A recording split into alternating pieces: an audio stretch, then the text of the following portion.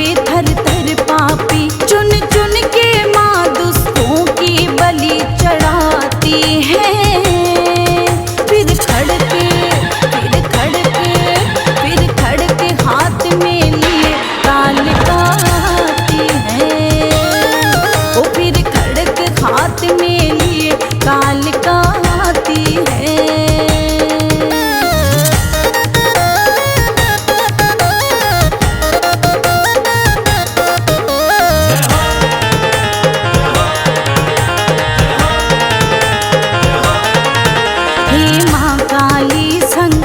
हर दो जगदेव कहे कृपा कर दो।